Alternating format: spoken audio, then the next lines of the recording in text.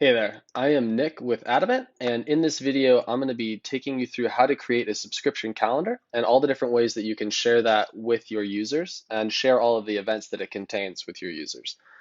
So when you first log into your AddEvent account, you're going to see the dashboard, and on the left-hand side here, you'll see a list of subscription calendars associated with your account. This is a whole bunch. This is a test account, so there's a bunch of old calendars here, so just ignore those for right now. But we'll get started by going ahead and creating a new calendar by hitting this Create button in the upper left-hand corner and selecting Calendar. When we do that, it's going to take us to the calendar creation page. And here is where I can name our calendar. So let's just call it something exciting like upcoming events. Awesome. There's a bunch of different settings that you can tweak on this page. You can edit kind of what information you want to tell your users about the calendar.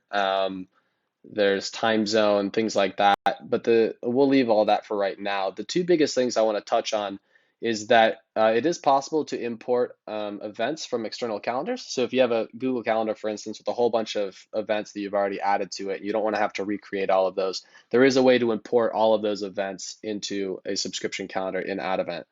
But the biggest thing I want to focus on here is calendar subscribers at the bottom. There's two options here when you share a calendar with your users.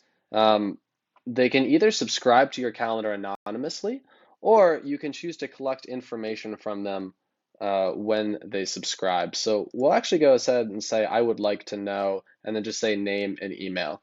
And I'll show you what that looks like, how that plays out. So if we go ahead and create this calendar, we're taking this calendar in the dashboard. You can see we have upcoming events selected over here on the left-hand side. So this is the calendar we're looking at. And here are all of the events contained in this subscription calendar. There aren't any because we just created this. So we'll go ahead and create a few test events. We'll just do one, two, let's add a third one for good measure. Awesome. And how subscription calendars work is they're a really good way to share lots of events at one time with your end users that you want those users to be able to save to their calendar, right? So let's say you have 20 upcoming events and you'd like your users to save all of those events to their calendars. It's a bit of a bear having to go through and save each event individually and go through that process 20 times. So what you can do is just put all of those events onto a single subscription calendar and just share that calendar with your users. They can follow that, and now all of a sudden, all of those events are going to be saved to their calendar all in one go. It's really powerful functionality and makes it really easy for your users to follow you and stay up to date on your events. So what we'll do here is we'll actually go into the calendar page for our upcoming events calendar. And how the calendar page is organized is at the top here, you're going to see all the details about your calendar. Then you're going to see information about people who have subscribed to your calendar, and I'll show you what that looks like in a sec. And then down here, you'll see all the different ways to share your calendar. So what I want to do is go ahead and look at this first sharing method, which is the calendar landing page. So if I go ahead and go in here, you can just copy this URL and text it out to your user, share it on social media, share it via email, whatever it is.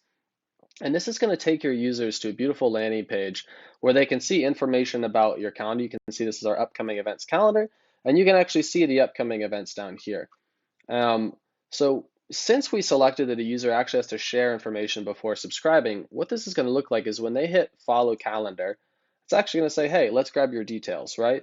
So we're going to go ahead and say, I'll just say test, test at addevent.com and hit continue. That's actually going to collect that information, and then you will have that as the account owner. So now that I've entered my information, I can actually hit add to calendar. And since I use Google, I'm going to select that platform. And then I go to my Google Calendar and I select add.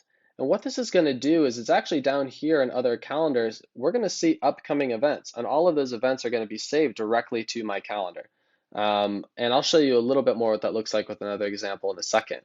But when we go back into our account, if I refresh this page, voila, now you actually see that I have subscribed to this calendar. You see the name of the person, the email that they subscribed with, and some other information based upon their IP address. This is really powerful and allows you to build subscriber lists and lists of people who are following your calendars. You'll have their email address, so you can reach out to them and do all that great stuff. So what we're going to do right now is we're actually going to switch back over to a different calendar that I built out. It's a little bit more popular with events. I built this previously. So this is a company calendar here. Now you can actually see what might be more realistic for a subscription calendar. You've got tons of events, lots of stuff going on, and really you just got to put all this on one calendar because no one's going to be able to add each of these events individually to their calendars, right? So if we go into this page, for this calendar, we don't require the users to enter information. You can see here that they're able to subscribe to the calendar anonymously. So what that means is that if we go in here and we open up this calendar landing page, it's going to look a little bit different, right? Now there's just an add to calendar button as opposed to a follow calendar button. When I go ahead and click this, I'm actually going to be able to select my calendar platform and just go ahead and immediately subscribe to this calendar. So I'm going to do that. I'm going to click add. And now you're going to see all of the events on this calendar are actually going to show up right here, right? So if I go look at next week, boom. Here are the test events that we created on that calendar previously. And here are the new company events on this calendar that I just created, right? And you can kind of toggle those on and off. And so it's really powerful functionality. The other thing that makes this particularly powerful is there's a dynamic connection that's created between the end user's calendar and the AddEvent subscription calendar. What that means is that as the account owner, I can go back in here, and if I have to delete an event or schedule a last minute event or change an event time, I can go ahead and make those changes in this AddEvent subscription calendar. And those changes will be reflected on the end user's calendars of everyone who is following this calendar, right? So I'll actually see, oh, design team brainstorming got moved to 2 p.m. instead of 1 p.m. And so it's a great way to keep all of your followers really up to date actively on your events.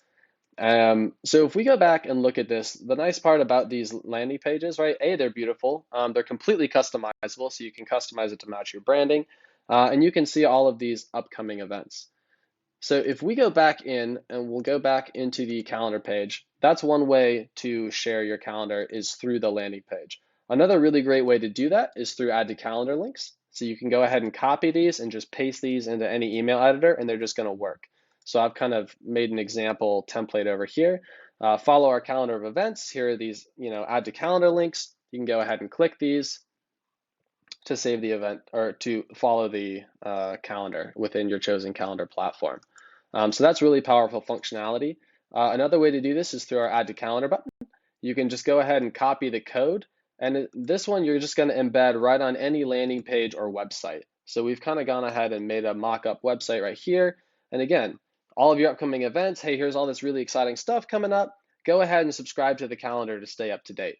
Another way that you can do that is through our embeddable calendar. I'm actually going to skip this for a second. We'll come back to this and I'll tell you why, but we'll go down to the last method, which is the embeddable events list. This is some new functionality we just built that we're super excited about.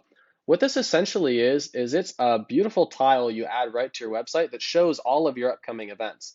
And it's really powerful functionality because your users can either subscribe to the whole calendar to save all of the events to their calendars, or they can add individual events to their calendar as they so choose, right? And you can kind of filter this by month. And this is just a really good way to keep your users up to date. And it's something our customers have been very happy about. So again, this is really easy. You just copy the code, go to your website editor, paste it in, hit save, and you're good to go. And it's going to end up looking something like this on your website. Again, this is 100% customizable, but this looks pretty good if I do say so myself. Cool. So we'll then go into the last sharing method for calendars, which is our embeddable calendar. We won't spend too much time on this since we're going to do another video on the embeddable calendar, but this is pretty much what it sounds like. This is a full calendar that you can actually embed on your website or landing page that's going to like visually show all the different days, how the events fall on these various days. You can look at week view, schedule view, you can subscribe to the whole calendar, you can sort by month, change the time zone, etc. And this is really powerful functionality. Again, this is 100% customizable, and adding it to your website is really easy. You just copy the code snippet, go ahead and paste that in there and publish it, and it's going to look great. Something that's important to note is that when you require your users to enter information before subscribing to the calendar, that's always going to take those end users to a calendar landing page so that they can actually enter their information. So right here, because on this calendar, we're not requiring people to enter their information, if you hit this link, it's going to take them directly to the calendar platform to subscribe to the calendar. If, however, I said, hey, no, you need to enter your name and email address before you're able to subscribe, when they hit this link, it would actually take them to the landing page where they would be prompted to enter their name and email address, and then they would be able to click Add to Calendar and subscribe to the calendar. So it's a slightly different flow on the end user experience, which enables you to collect that information from them before they are able to subscribe to your calendar. Um, and that's pretty much it. Another way, you can also create calendars using our API. But yeah, it's very robust functionality. It's super exciting, honestly. Yeah, and if you want to try it out, go ahead and get started by creating an AddEvent account. Create a calendar, add in some events, and go ahead and share it, and you'll be on your way. Thanks so much. Hope you enjoyed this. I'll talk to you soon. Bye bye.